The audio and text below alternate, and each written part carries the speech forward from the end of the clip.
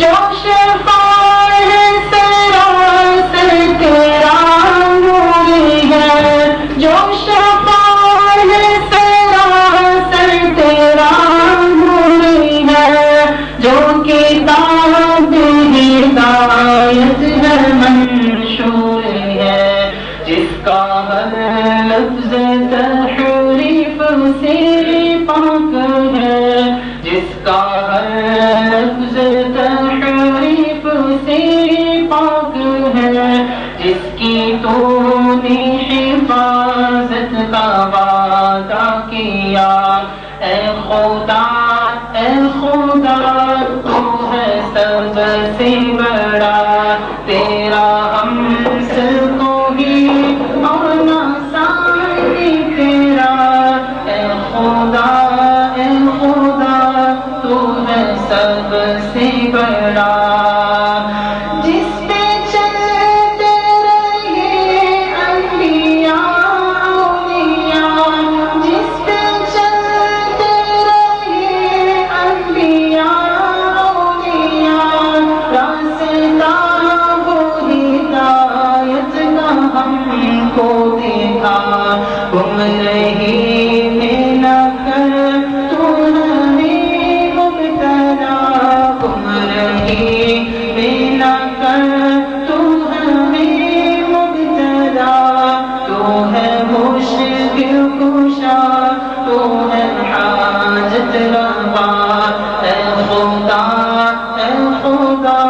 تو ہے سب سے بڑا، سب ہے ناز تیرے در کی شان ہو گندا، سب ہے ناز تیرے در کی شان ہو گندا، تیرے محتاج سب انبیاء اولیاء، تیرے محتاج سب انبیاء اولیاء،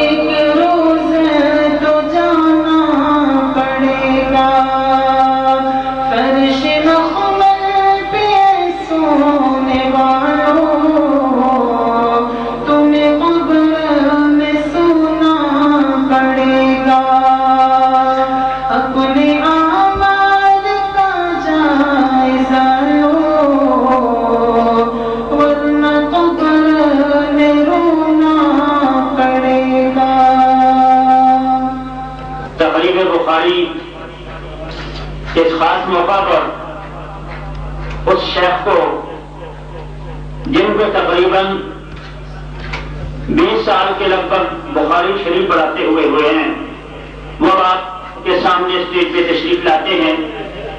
حدیث کا قرآن کے ساتھ تعلق، اس موضوع کو نبھاتے ہوئے 20 منٹ تک وہ خطاب فرمائیں گے۔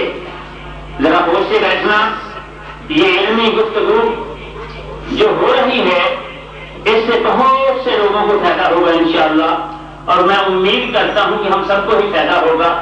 تشریف لاتے ہیں شیخ الحدیث جامع شیخ الاسلام ابن تیمیہ لاہور، محترم مولانا عبد الرحمن ضیاء صاحب۔ السمیع العلیم من الشیطان الرجیم، بسم اللہ الرحمن الرحیم۔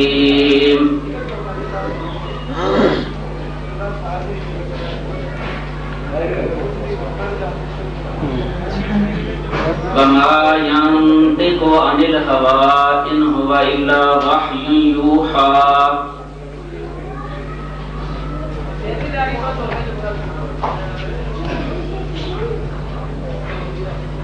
اور وہ یعنی نبی کریم صلی اللہ علیہ وسلم اپنی خواہش سے نطق نہیں فرماتے، بات نہیں کرتے۔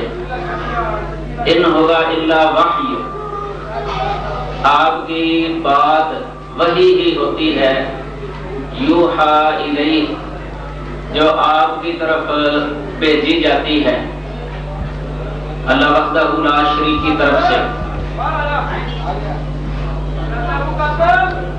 عزیز ساتھیو، یہ موضوع کہ حدیث کا قرآن کے ساتھ کیا تعلق ہے، یہ بڑا اہم موضوع ہے۔ سب سے پہلے یہ بات یاد رکھیں کہ جب ہم لفظ حدیث استعمال کرتے ہیں تو اس سے کوئی عام بات یا گفتگو مراد نہیں ہوتی۔ اگرچہ لغوی طور پر حدیث کا لفظ ہر بات کو کہہ دیتے ہیں، چاہے بات سچی ہو یا بات جھوٹی ہو یا کسی کی بھی بات ہو، لغوی طور پر اس کو حدیث کہہ دیتے ہیں۔ اس جگہ یہ مراد نہیں ہے۔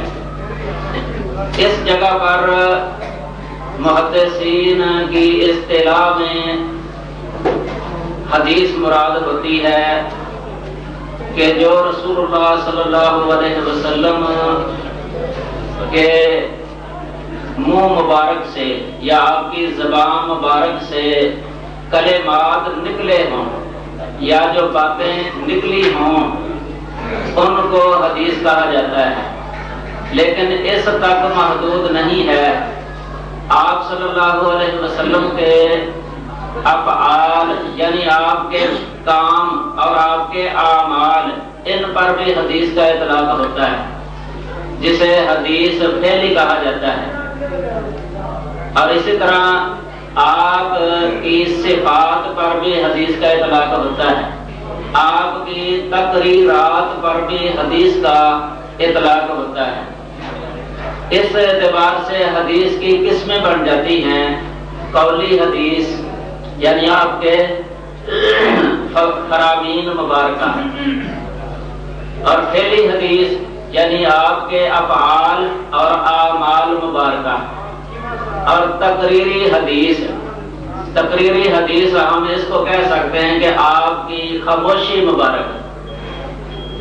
دنیا کے اندر کوئی ایسا شخص نہیں ہے جس کی خاموشی بھی حجت ہو، دلیل بن جائے، سوائے رسول اللہ صلی اللہ علیہ وسلم کے، کہ آپ کی خاموشی وہ بھی حجت اور دلیل ہے۔ کہ کوئی صحابی آپ صلی اللہ علیہ وسلم کے سامنے کوئی کام کرتا ہو یا کوئی بات کہہ رہا ہو، آپ صلی اللہ علیہ وسلم نے اس پر کوئی اعتراض نہ کیا ہو، آپ خاموش ہی رہے ہوں، آپ کی خاموشی سے بھی مسئلہ ثابت ہو جاتا ہے۔ یہ نبی کریم صلی اللہ علیہ وسلم کی حدیث کا مطلب ہے، قولی حدیث، فعلی حدیث اور تقریری حدیث، اور اللہ وحدہ لا شریک نے نبی کریم صلی اللہ علیہ وسلم کے اقوال کی اسی طرح ہی حفاظت فرمائی ہے جس طرح قرآن مجید کی حفاظت فرمائی ہے، اور آپ کے افعال کی بھی اسی طرح حفاظت فرمائی ہے جس طرح قرآن مجید کی حفاظت فرمائی ہے، اور آپ کی تقریرات کی بھی حفاظت اللہ تعالیٰ نے بیان ہی اسی طرح کی ہے جس طرح قرآن مجید کی حفاظت فرمائی ہے۔ قرآن مجید بھی محفوظ ہے اور آپ کی حدیث بھی محفوظ ہے، جس طرح قرآن مجید من و عن اسی طرح موجود ہے جس طرح رسول اللہ صلی اللہ علیہ وسلم پر نازل ہوا، بیان ہی اسی طرح حدیث شریف یہ بھی اسی طرح ہی آج بھی محفوظ ہے جس طرح رسول اللہ صلی اللہ علیہ وسلم کے زمانہ میں محفوظ تھی۔ ایک تو یہ بات سمجھ لیں کہ قرآن اور حدیث کا آپس کا تعلق اس طرح ہے جس طرح لازم ملزوم ہوتے ہیں، ایک کے بغیر دوسرے کے ساتھ عمل کرنا ناممکن ہے، یا ایک کو سمجھنے کے بغیر دوسرے کو سمجھنا ناممکن ہے۔ حدیث کے بغیر قرآن مجید کی سمجھ نہیں آ سکتی، اور حدیث کے بغیر قرآن مجید پر عمل نہیں ہو سکتا۔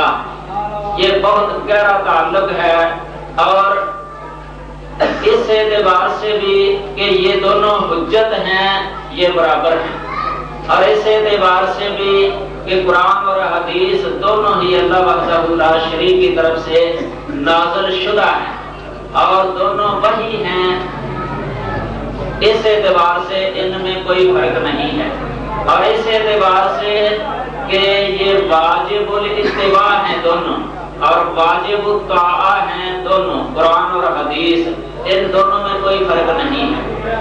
اور رسول اللہ صلی اللہ علیہ وسلم نے فرمایا تھا ترکت فیکم امرین لن تضلوا ما ان اعتصمتم بہما کتاب اللہ و سنتی، کہ لوگو میں تمہارے اندر دو ایسی چیزیں چھوڑے جا رہا ہوں، جب تک تم ان دونوں کو مضبوطی سے پکڑے رکھو گے اس وقت تک راہ راست سے بھٹکو گے نہیں، سیدھے راستے پر رہو گے، اور یہی صراط مستقیم ہے قرآن اور حدیث۔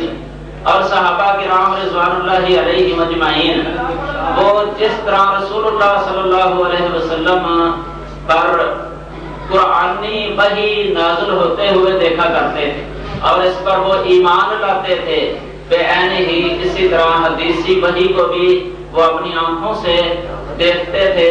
رسول اللہ صلی اللہ علیہ وسلم جو ان کو پڑھ کر سنا دیتے تھے آمنا وصدقنا کہہ دیا کرتے تھے اور دونوں پر برابر عمل کیا کرتے تھے۔ کبھی بھی کسی ایک صحابی نے یہ بات نہیں کہی کہ ہم صرف اسی کو ہی تسلیم کریں گے جو صرف قرآن مجید کے اندر ہے، حدیث شریف کو ہم قبول نہیں فرمائیں گے۔ حضرت عمران بن حسین رضی اللہ تعالی عنہ سنن ابی داؤد کے اندر ان کے بارے میں کتاب الزکات کے اندر یہ بات موجود ہے، باب وجوب الزکات کے اندر ایک شخص نے ان سے یہ بات کہی کہ اے عمران رضی اللہ عنہ، آپ ہمیں بہت ساری باتیں بتاتے ہیں جن کو ہم قرآن مجید کے اندر پاتے ہی نہیں ہیں، یہ کہاں سے آپ ہمیں بیان کرتے ہیں؟ انہوں نے کہا کہ قرآن مجید رسول اللہ صلی اللہ علیہ وسلم پر نازل ہوتا اور اللہ وحدہ لا شریک نے قرآن مجید کے اندر ہر بات صریحی طور پر بیان نہیں فرمائی۔ پھر انہوں نے بطور مثال ان کو سمجھایا کہ دیکھو اللہ وحدہ لا شریک نے قرآن مجید کے اندر ہمیں زکوٰۃ دینے کا حکم دے دیا ہے، لیکن یہ جو کہ 200 درہم ہوں، ان درہموں میں 5 درہم واجب ہو جاتے ہیں، زکوٰۃ دینا واجب ہو جاتا ہے، یہ قرآن مجید کے اندر موجود نہیں ہے۔ اور 40 بکریاں ہو جائیں، ایک بکری دینی واجب ہو جاتی ہے، یہ قرآن مجید کے اندر موجود نہیں ہے۔ اور اونٹوں اور گائے کے بارے میں بھی انہوں نے اسی طرح بیان فرمایا. پھر انہوں نے یہ بات بیان فرمائی کہ یہ ہم رسول اللہ صلی اللہ علیہ وسلم سے سن کر ہی تو تمہیں بیان کرتے ہیں. اللہ کے رسول ہمیں جو کچھ بھی بیان فرماتے تھے وہ ہم نے آپ کو بیان کر دیا ہے. تو حدیث قرآن مجید کے ساتھ اس کا تعلق ایک یہ بھی ہے کہ حدیث قرآن مجید کی مجمل آیات کا بیان ہوتا ہے. حدیث سے قرآن مجید کی مجمل آیات کا بیان ہو جاتا ہے. مجمل کا مطلب یہ ہوتا ہے کہ اس کے اندر کوئی تفصیل نہیں ہے. مثلا اجمالی طور پر اللہ وحدہ لا شریک نے بیان فرمایا زکوٰۃ ادا کرو، لیکن زکوٰۃ کے تفصیلی احکام یہ قرآن مجید کے اندر موجود نہیں ہے. زکوٰۃ کا نصاب موجود نہیں ہے، اور دینی کتنی ہے اور کون کون سے مال کے اندر زکوٰۃ دینی ہے یہ حدیث شریف کے اندر ہی ملتا ہے. نماز قائم کرنے کا حکم دے دیا گیا ہے قرآن مجید کے اندر کہ اقیموا الصلاۃ، نماز قائم کرو. اب نماز کے احکام کی تفصیلات یہ حدیث سے ہی ملتی ہیں. حدیث کی کتابوں کے اندر ابواب قائم ہیں اور نیچے حدیثیں، ہر باب کے اندر کوئی نہ کوئی حدیث ذکر ہوتی ہے رسول اللہ صلی اللہ علیہ وسلم کی. پوری تفصیل نماز پڑھنے کا طریقہ اس کا ذکر قرآن مجید کے اندر موجود نہیں ہے. اگرچہ ایک ایک جزئی علیحدہ علیحدہ ذکر ہے. اشارتاً قرات کا ذکر ہے قرآن مجید کے اندر، نماز کے اندر جو قرات کی جاتی ہے. سورۃ فاتحہ کا ذکر ہے قرآن مجید کے اندر. رکوع کا ذکر ہے قرآن مجید کے اندر. سجدے کا ذکر ہے قرآن مجید کے اندر. قیام کا ذکر ہے قرآن مجید کے اندر. اور اسی طرح اللہ وحدہ لا شریک کے لیے تواضع کے ساتھ، خاموشی کے ساتھ، یعنی حضور قلبی کے ساتھ نماز پڑھنے کا ذکر ہے. لیکن یہ ترتیب کے ساتھ جو پڑھا جاتا ہے کہ پہلے اللہ اکبر کہنا ہے، پھر اس کے بعد کیا پڑھنا ہے، رکوع کرنا ہے پہلے، پھر سجدہ بعد میں کرنا ہے، اور رکوع اور سجدے کے درمیان میں جو وقفہ ہے، پھر تشہد کے اندر جو کچھ پڑھنا ہے، اور یہ سب چیزیں حدیث شریف کے اندر ملتی ہیں. یہ گویا کہ قرآن مجید پر عمل ہو رہا ہے. اسی طرح دوسرے مسائل بھی آپ لے سکتے ہیں. حج کا طریقہ پورے کا پورا قرآن مجید کے اندر ذکر نہیں ہے، لیکن حج کا ذکر ضرور ہے قرآن مجید کے اندر. نکاح کا ذکر ہے لیکن نکاح پڑھانے کا ذکر نہیں ہے. جنازے کا اجمالی ذکر ہے لیکن جنازے کی تفصیل کا ذکر نہیں ہے. اذان کا ذکر ہے قرآن مجید کے اندر لیکن اذان کے کلمات کا ذکر نہیں ہے. یہ حدیثوں سے ہی یہ چیزیں ملتی ہیں. حدیث کے بغیر انسان چل ہی نہیں سکتا. صحابہ کرام رضوان اللہ علیہم اجمعین لغت عربی کے بڑے ماہر تھے. مادری پدری ان کی زبان تھی، بڑے فصیح بلیغ تھے، لیکن اس کے باوجود قرآن مجید کی کئی آیات کو سمجھنے کے لیے رسول اللہ صلی اللہ علیہ وسلم کی حدیث کے محتاج تھے. قرآن مجید میں کئی مشکل آیات بھی ہیں، ان کا اشکال حدیث سے ہی حل ہوتا ہے. قرآن مجید کے اندر عام آیات بھی ہیں، حدیث سے ان کی تخصیص ہوتی ہے. قرآن مجید میں مطلق آیات ہیں، حدیث کے اندر ان کی تقیید ہوتی ہے. مشکل کی مثال میں آپ کے سامنے رکھتا ہوں. قرآن مجید میں اللہ وحدہ لا شریک نے فرمایا ہے کلوا واشربوا حتى يتبين لكم الخيط الابيض من الخيط الاسود من الفجر. کہ کھاؤ اور پیو یہاں تک کہ تمہارے لیے خیط اسود خیط ابیض سے کھل کر واضح ہو جائے. یہ روزے کے مسئلے کے اندر بیان فرمایا کہ سحری میں کس وقت تک انسان کھا سکتا ہے یا پی سکتا ہے. اب قرآن مجید کے اندر خیط اسود اور خیط ابیض کا لفظ استعمال ہوا ہے. خیط کا معنی دھاگا یا رسی ہوتا ہے، ابیض بمعنی سفید، اسود بمعنی سیاہ. بظاہر اس کا یہ ترجمہ بنتا ہے یہاں تک کہ تمہارے لیے سفید دھاگا سیاہ دھاگے سے واضح ہو جائے، اس وقت تک کھاتے پیتے رہو. اب صحابہ کرام نے یہ سمجھ لیا کہ اس دھاگے سے یہی دھاگا مراد ہے، یہ رسی ہی مراد ہے. عدی بن حاتم طائی رضی اللہ تعالی عنہ نے 2 دھاگے لے لیے اور اپنے پنڈلیے کے ساتھ باندھ لیے. یا اپنے تکیے کے نیچے رکھ لیے، اور جب تک ان کے سامنے اندھیرے کے اندر سحری کے وقت یہ روشنی جو فجر کی ہوتی ہے نا، اس میں کھل کر واضح نہیں ہو جاتا تھا کہ یہ سیاہ دھاگا ہے یا یہ سفید دھاگا ہے، اس وقت تک کھاتے پیتے رہتے۔ ایک دن رسول اللہ صلی اللہ علیہ وسلم سے یہ بات ذکر کی کہ اللہ کے رسول، میں نے تو 2 دھاگے جو ہے نا اپنے تکیے کے نیچے رکھ لیے ہیں، میں اس وقت تک کھاتا پیتا رہتا ہوں جہاں تک کہ میرے لیے دونوں کھل کر واضح نہیں ہو جاتے۔ رسول اللہ صلی اللہ علیہ وسلم نے بڑا تعجب کیا کہ انہوں نے یہ دھاگے سمجھ لیے ہیں، حالانکہ ان سے مراد رات کی سیاہی، سیاہ دھاگے سے مراد رات کی سیاہی، اور سفید دھاگے سے مراد دل کی سفیدی تھی۔ آپ صلی اللہ علیہ وسلم نے بطور مزاح دل لگی خوش طبعی کے لیے کہہ دیا کہ اگر تیرے تکیے کے نیچے 2 دھاگے آ گئے ہیں نا، سیاہ اور سفید، یہ تو تیرا تکیہ مشرق مغرب کے برابر ہو گیا ہے۔ اس سے تو مراد مشرق کی طرف سے جو نکلنے والی سفیدی ہوتی ہے نا وہ ہے، اور جو مغرب کی طرف سیاہی ہوتی ہے رات کی وہ ہے۔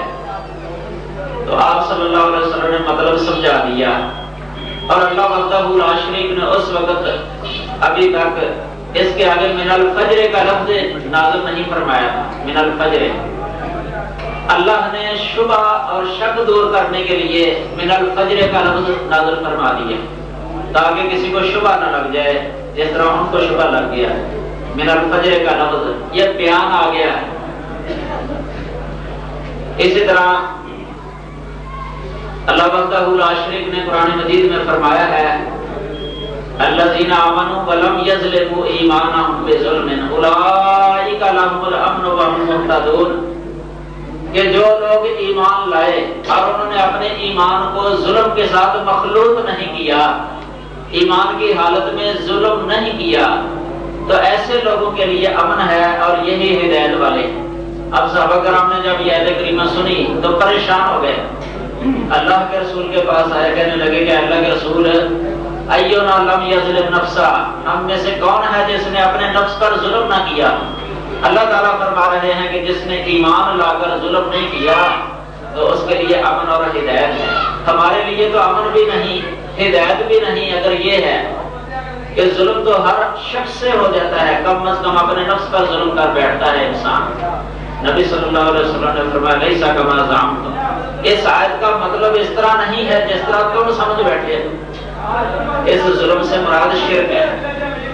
پھر قرآن کی آیت کریمہ پڑھی رسول اللہ صلی اللہ علیہ وسلم نے فرمایا کہ کیا تم نے لقمان کا قول نہیں سنا؟ لقمان نے اپنے بیٹے کو وصیت کرتے ہوئے، نصیحت کرتے ہوئے فرمایا تھا یا لا تشرک باللہ، کہ شرک نہ کرنا، ان الشرک لظلم عظیم، کیونکہ شرک جو ہے نا یہ بہت بڑا ظلم ہے۔ فرمایا کہ اس ظلم سے مراد شرک ہی ہے۔ مانا اس کا یہ ہے کہ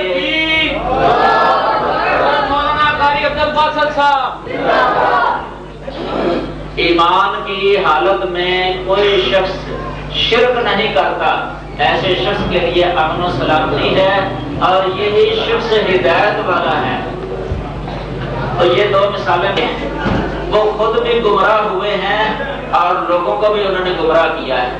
بہت ساری باتوں کا انکار کرنا پڑا انہیں، حتیٰ کہ نبیوں کے معجزات کے بھی وہ منکر ہو گئے، قرآن مجید کی تحریف کر بیٹھے، غلط معانی دینے لگ گئے، قرآن مجید کے ایسے معنی لیتے ہیں جو بالکل ہی غلط ہے، یا تو اس کا نام مجاز رکھ دیتے ہیں، مجازی معنی، یہ بھی گمراہی ہے، یا اس کا نام وہ لغوی معنی یہ دے دیتے ہیں کہ ہم لغوی معنی کر رہے ہیں۔ دیکھو جو صحابہ نے لغوی معنی سمجھ لیا تھا، کوئی صحیح مطلب سمجھے تھے، رسول اللہ صلی اللہ علیہ وسلم نے جو اصل مرادی معنی تھا وہ بتا دیا۔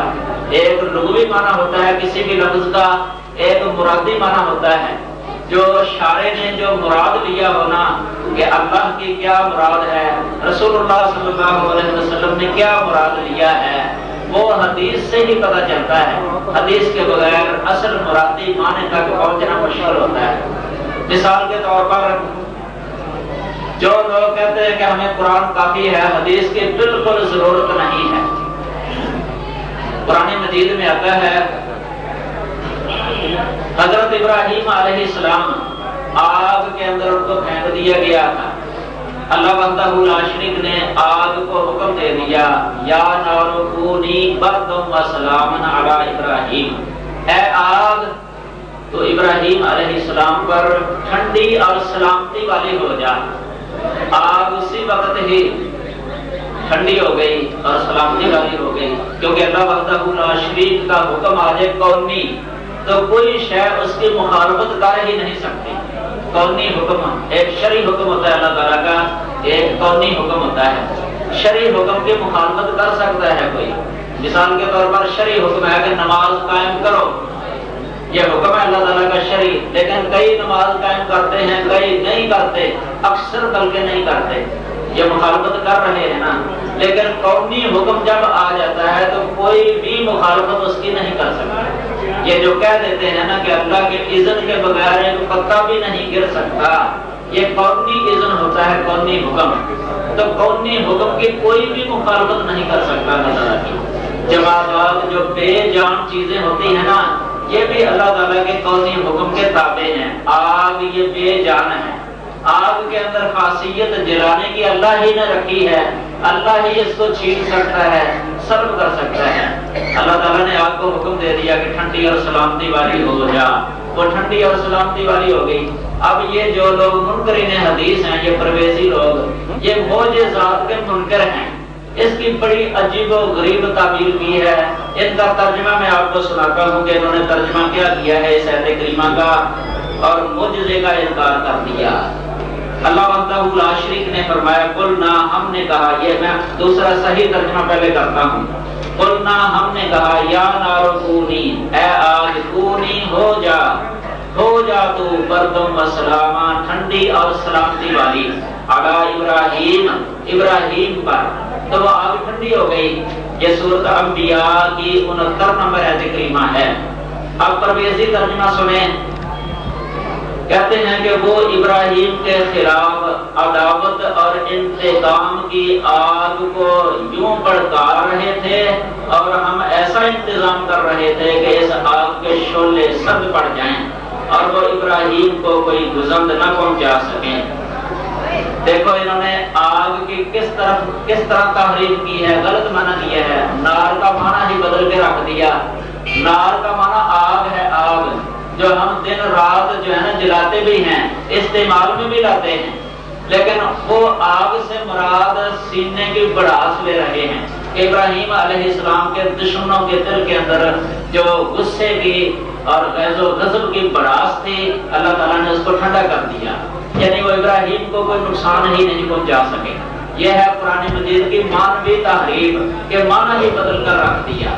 یہ وہ لوگ ہیں جو کہتے ہیں کہ وہ لغت کے سہارے سے ہی قرآن مجید کی تفسیر کر لیتے ہیں، حدیث کی ہمیں ضرورت نہیں ہے. یہ معجزے کا انکار کر دیا.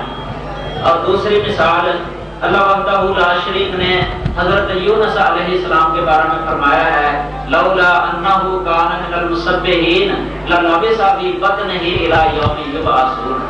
کہ حضرت یونس علیہ السلام اگر وہ مسبحین میں سے نہ ہوتے تو قیامت تک مچھلی کے پیٹ کے اندر ہی رہتے. اب دیکھو مسبحین کا لفظ آیا ہے، سبح یسبح تسبیحاً کا معنی ہوتا ہے سبحان اللہ کہنا، اور یونس علیہ السلام نے سبحان اللہ کہا تھا. یہ دوسری آیت کریمہ کے اندر موجود ہے. انہوں نے پڑھا تھا لا الہ الا انت سبحانک انی کنت من الظالمین. یہ سبحانہ کا لفظ جو ہے نا، اسی کے بارے میں اللہ تعالیٰ فرما رہے ہیں لولا انہ کان من المسبحین، کہ اگر وہ سبحان اللہ کہنے والوں میں سے نہ ہوتے تو قیامت تک مچھلی کے پیٹ کے اندر ہی رہتے. یہ معجزہ کے طور پر اللہ تعالیٰ نے یونس علیہ السلام کو مچھلی کے پیٹ سے باہر نکال دیا تھا. نجیناہ من الغم، اللہ تعالیٰ نے جو فرمایا نا کہ اسی کی طرف اشارہ ہے کہ ہم نے غم سے ان کو نجات دے دی، باہر پھینک دیا مچھلی نے. مچھلی بھی اللہ تعالیٰ کے حکم کے تابع ہے. اب جو کہ یہ معجزہ ہے کسی کا مچھلی کے پیٹ کے اندر چلے جانا، اندھیروں کے اندر چلے جانا، سمندر کی تہہ میں چلے جانا، نادا فی ظلمات. دیکھو ظلمات جمع کا لفظ اللہ تعالیٰ نے استعمال کیا کہ کئی اندھیروں میں یونس علیہ السلام نے اللہ تعالیٰ کو پکارا. یونس علیہ السلام نے، اللہ تعالیٰ نے ان کی پکار سن لی عرش پر تو ان کو نجات دے دی. یہ معجزہ ہے. تو یہ معجزے کے چونکہ منکر ہیں تو انہوں نے ترجمہ ہی غلط کر دیا. ترجمہ ان کا سن لے آپ. یہ سورۃ صافات کی 143 اور 44 نمبر آیت کریمہ ہے.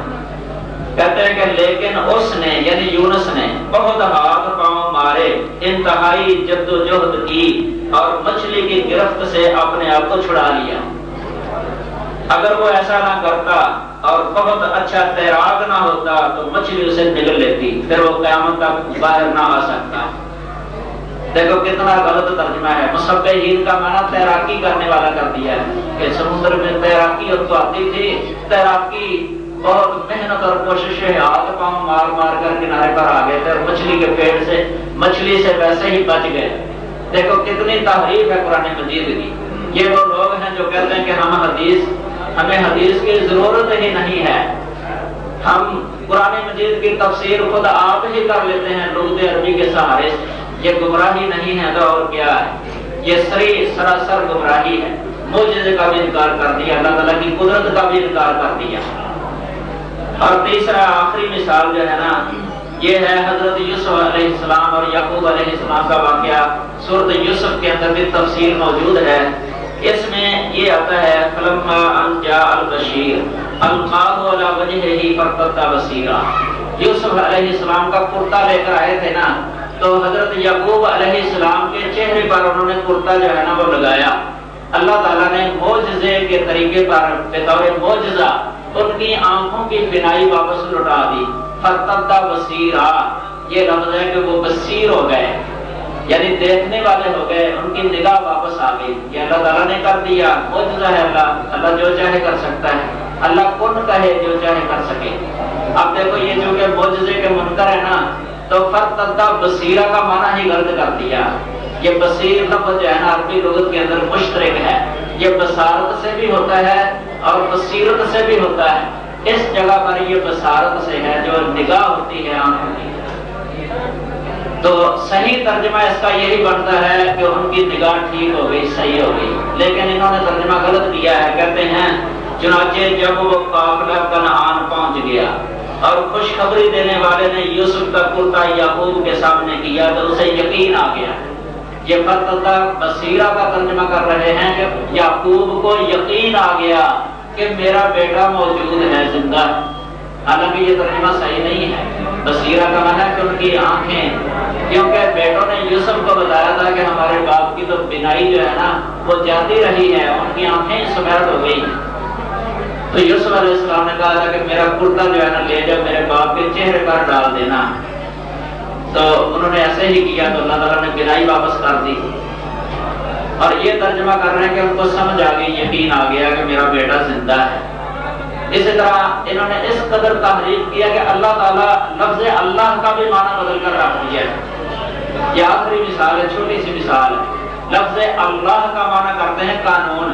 یہ اتنا غلط معنی ہے نا، یہ اللہ کا انکار ہی ہے. نعوذ باللہ من ذالک. اللہ کا معنی کرتے ہیں قانون. رضی اللہ عنہ ورضوا عنہ کا ترجمہ کرتے ہیں کہ انہوں نے قانون خداوندی سے موافقت پیدا کر لی. انہوں نے قانون خداوندی سے موافقت پیدا کر لی اور وہ قانون ان کا رفیق بن گیا. دیکھو ہم ترجمہ کرتے ہیں اللہ ان سے راضی ہو گیا، تو وہ ترجمہ کرتے ہیں کہ وہ قانون ان کا دوست بن گیا، رفیق ہو گیا. یہ کس قدر غلط ترجمہ ہے لفظ اللہ کی تعریف ہے. نعوذ باللہ من ذالک. اس سے تو ویسے ہی بندہ کافر ہو جاتا ہے. اللہ تعالیٰ ہمیں کتاب و سنت کے مطابق عقیدہ رکھنے اور سمجھنے کی توفیق عطا فرمائے اور ہم آپ کو حق سمجھیں. اور قرآن ان سے گزارش ہے کہ وہ مسجد میں تشریف لے آئیں. ابھی تھوڑی دیر کے بعد آنے والے معزز مہمانات جو ہیں ان سب کو کھانا کھلایا جائے گا اور بقیہ پروگرام جو ہے وہ نماز عصر کے بعد چلے گا. لیکن کھانا آنے تک میں ایک ایسی شخصیت کو دعوت دینے والا ہوں. تاش کرتا ہوں کہ جس طرح میں نے اسے موچھے پا دیتے تھے، چھوٹے لا دیتے، اسی انداز کے اپنا 10 منٹ کے اندر تعارف اور مختصر واقعہ بیان کر ذوالفقار برسا. اللہ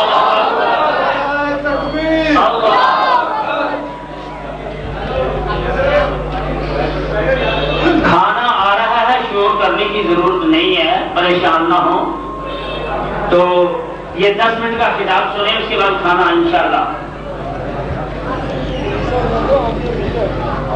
اللہ مجاہد صاحب اور ان کی پوری ٹیم کا شکریہ ادا کرتا ہوں اور ان کے لیے دعا گو ہوں کہ اللہ تعالیٰ ان سے ایسے ہی دین کے کام لیتا رہے۔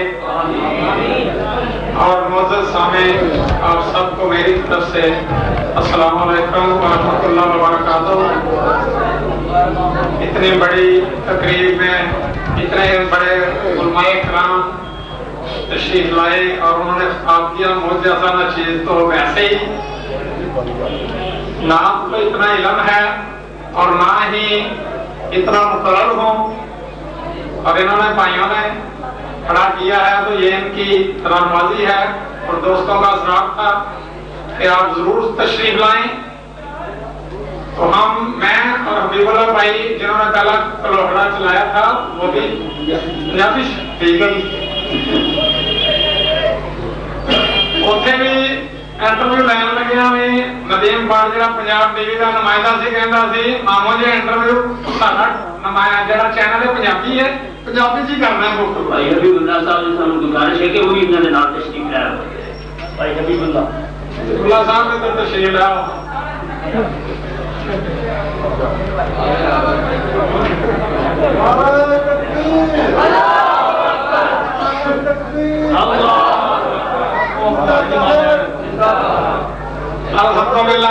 الحمدللہ، یہ اللہ تعالیٰ کا احسان عظیم ہے کہ اس نے اپنا مسلک حق جو کہ حق اور یقین تھا، اللہ تعالیٰ نے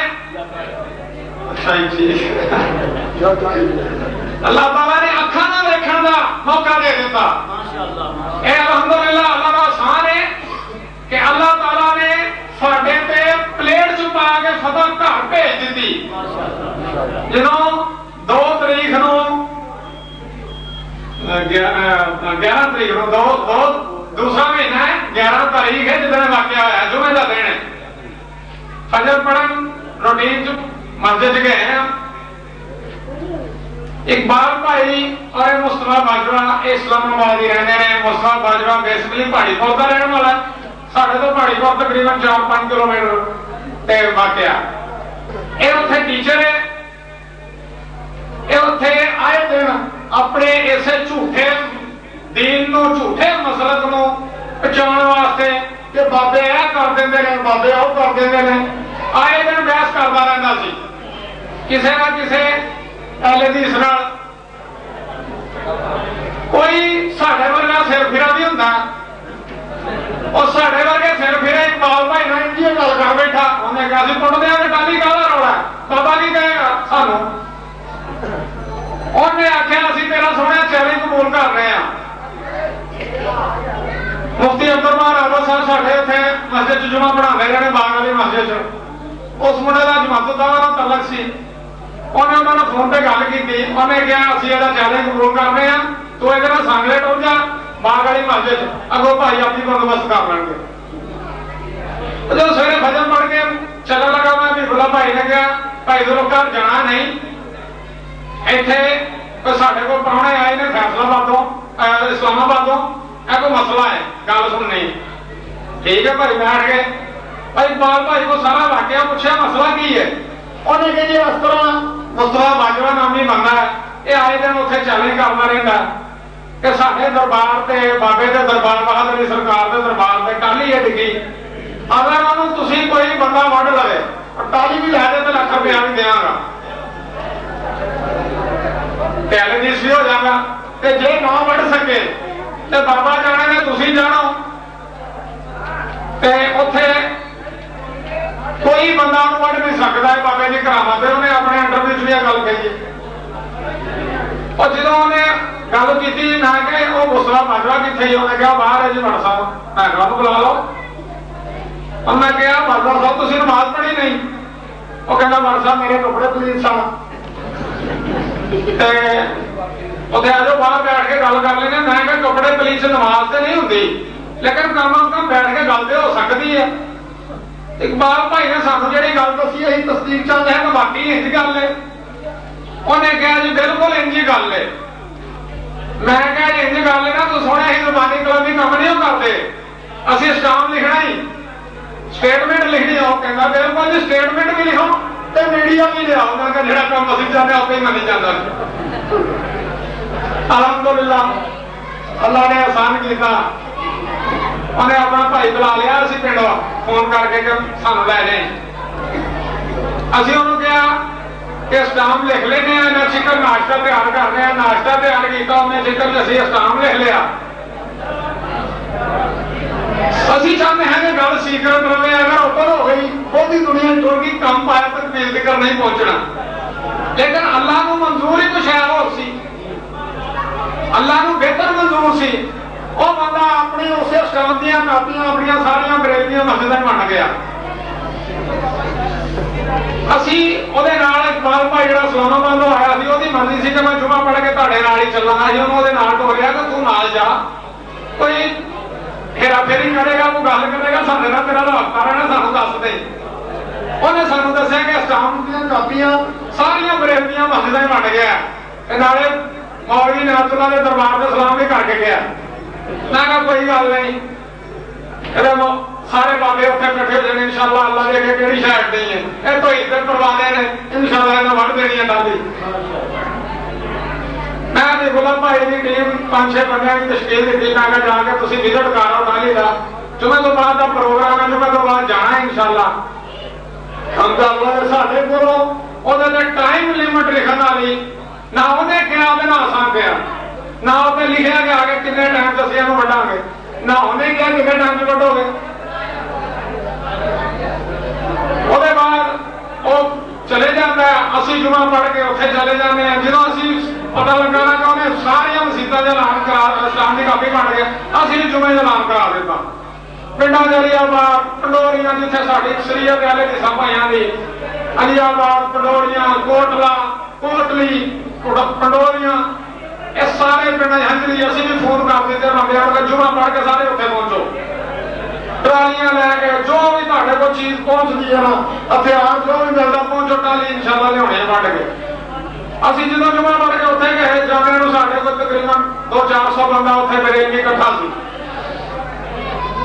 کافی اتنے رش لگا اسی کیا مصطفیٰ باجوہ کتنے مصطفیٰ باجوہ نظر نہ سانو آئے وہ ہالی پنڈوں نہیں سی آیا اتنے بندے کہتے ہیں اتنے کھپ دیتا ہے اسی ٹیلی بٹن آنا والے جی سارے وہ کہتے ہیں تھی کدھر آئے ہو بٹ صاحب چونکہ میں ایک سوشل ورکر ہاں اس بات میں سانو پورا کچھ لوگ جانتے سن پنڈا چ انہوں نے کہا بٹ صاحب کدھر آئے ہو آئی ٹیلی بٹن آئے ہیں انہیں کہا بٹ صاحب پلیاں نہیں دمائی کا ہوتا وہ جی سو جائے تھی بریک بھی ہو جاؤ پلیاں نہیں دمائی کا ہوتا تھوڑے نہ ساری کوئی گل نہیں سارے مسئلہ باجوے نہ گل ہے زبانی کلامی نہیں کی سٹیٹمنٹ لکھی ہے ادھر فون کیا آدھے گھنٹے بعد وہ بھی آ گیا انہیں کہا یہ میں اج بھی بہادری کو داد دینا وہ جہلیت وہ بےوقوفی نہیں میں تو اللہ نے کام کروایا ساڈا پایا تکمیل ذکر انہیں کہا جی انٹرویو بھی کہنا کہ سارے میرے بھن بھائی حالی اتنے عورت کو نہیں گئی ایویں کہتا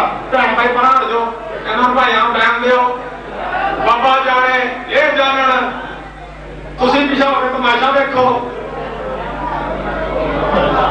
اتنے سامنے مسجد ساری بریلیاں مسجد کے سارے امام مولوی ذوالفقار مولوی بشیر اور گردے کی جڑا دفعہ پڑھاتا کہ جمعہ چٹھیاں کا وہ بھی اور خودے کہڑے کہڑے چھوٹے موٹے مولوی سنی سپریم کونسل کے صدر انجمن العالم مسوا کے صدر سارے اتنے رکھنے کٹھے کر دیتے سارے سامنے الحمدللہ اسی انٹرویو باقی تو سب دیکھ ہی لیا وہ بھی ہوا ساڈا بھی ہوا اسی اپنے اللہ کو یاد کر کے دعا کر کے کام شروع کر دیتا وہ اپنے بابیاں کو مدد مانگتے رہے ساڈا طاقتور مدد کرنے والا سی انہوں نے کمزور منگنے والے کمزور مدد منگنے والے جنہوں کو مانگتے ہیں وہ بھی کمزور اللہ نے ساری مدد کی تھی الحمدللہ خالی پٹ لیا اور جہاں تصا ساری سیڑھی میں واقعہ دیکھ لیا اتنے انہوں نے ہوں یہ توڑ کوئی نہیں ہے انٹرنیٹ سے بھی آ گئی ہے ایک کوئی ہوں جھوٹ بولی جاتے ہیں اپنے جھوٹے کیتے بچاؤ واسطے جو جنہیں بٹ صاحب نے مبالغہ کیا جی وہ نہ ہو گیا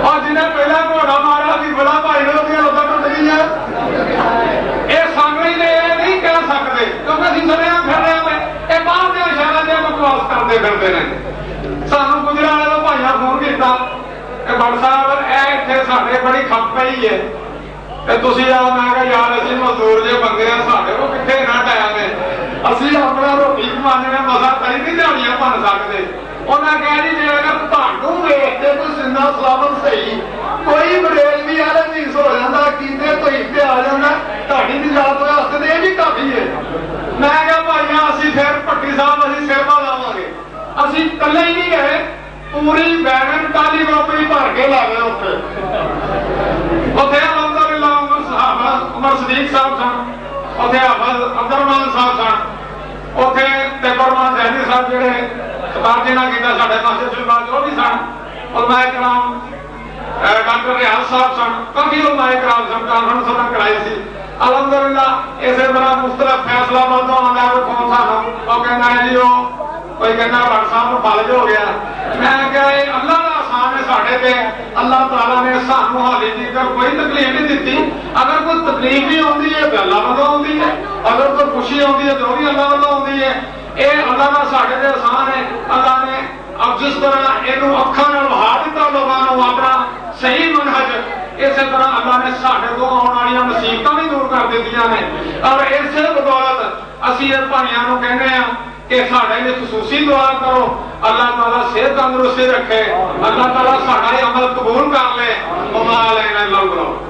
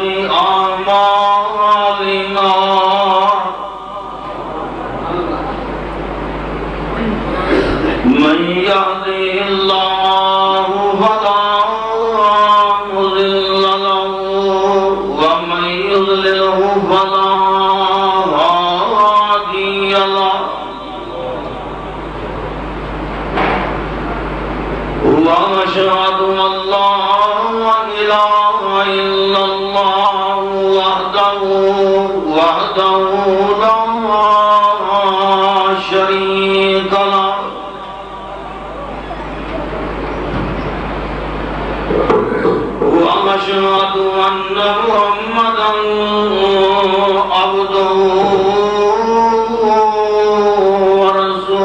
ورسوله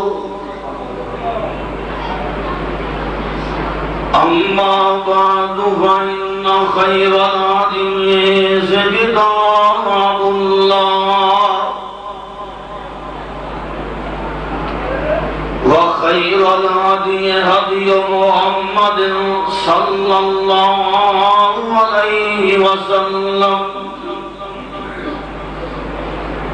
وشر الأمور محدثاتها وكل محدثة بدعة وكل بدعة ضلالة وكل ضلالة في النار.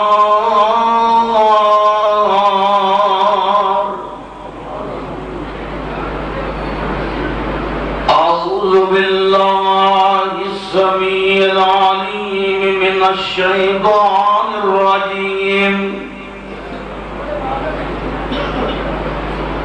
لا تحرك به لسانك لتعجل به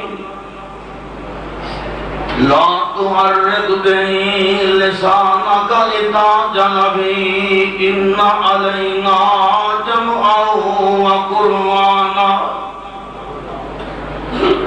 إن علينا جمعه وقرآنه ثم إن علينا بیانہ.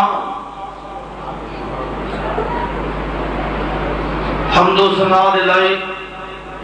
اس اسپیکر والا بیٹھا ہے ان کو بند کر دو ان کو بند کر سادہ آواز. اللہ وحدہ لا شریک دی ذات پاک ہے جو سب کا پیدا کرنے والا اور سب دیا روزیاں کا بندوبست کرنے والا ہے. ساری کائنات نبی ولی امام بزرگان دین قبراں والے مزاراں والے